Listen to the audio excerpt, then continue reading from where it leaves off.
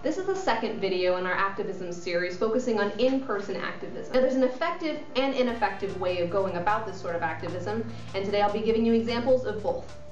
As an example of ineffective in-person activism, I give you the Westboro Baptist Church, everyone's favorite religious radicals. These lovely individuals are the proud owners of the domain name godhatesfags.com and are, as you can imagine, very vehemently anti-gay in their protests. They have also been known to protest funerals of soldiers that have been killed overseas with signs that lovingly display messages such as "God hates America" and "Thank God for dead soldiers." In 2008, they had 71 members and are not taken too kindly by the mainstream Baptist church.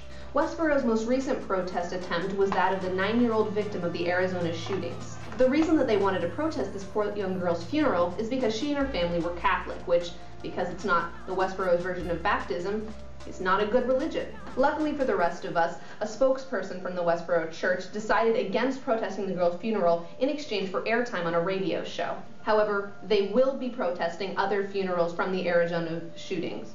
The reason that the Westboro Baptist Church is an example of ineffective in-person activism is because, looking at their recruitment numbers, 0.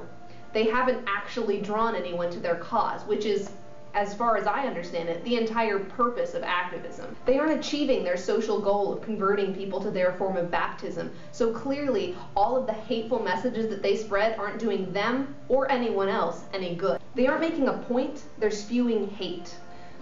Fun fact, they're banned from entering the UK, and they believe that Obama's the Antichrist. But now, let's turn to a more effective use of in-person activism, which I'll be using the example of Jon Stewart's recent Rally to Restore Sanity.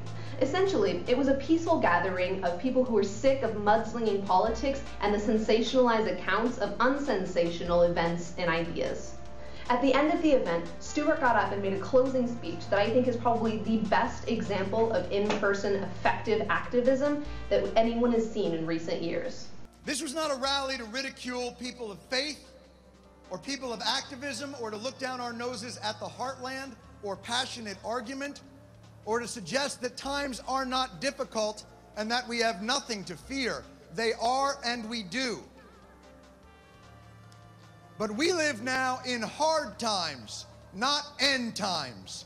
This rally was an effective use of humor and positivity. While Stewart and some of the protesters did dwell on the fact that cable news hasn't been very effective as an information source for the American people, they didn't dwell on them. They instead offered positive solutions. Stewart proved that Americans aren't just black and white, straight and gay, men and women. Americans are people, and that's something that we as a country, as a media country, have seemed to forget. And he presented this idea in a clear, positive way. If we amplify everything, we hear nothing. Not only did people from across the country come to this rally to participate, they also listened.